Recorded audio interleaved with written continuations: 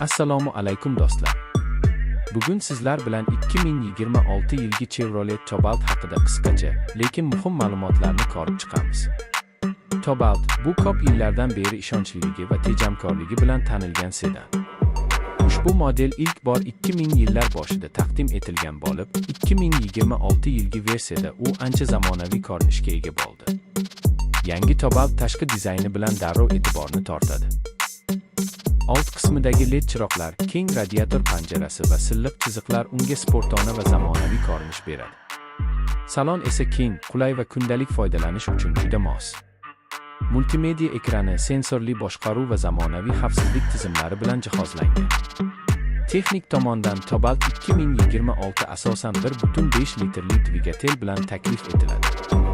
Ushbu motor shahar ichida ham, uzoq yo'llarda ham tejamkor va barqaror ishlaydi.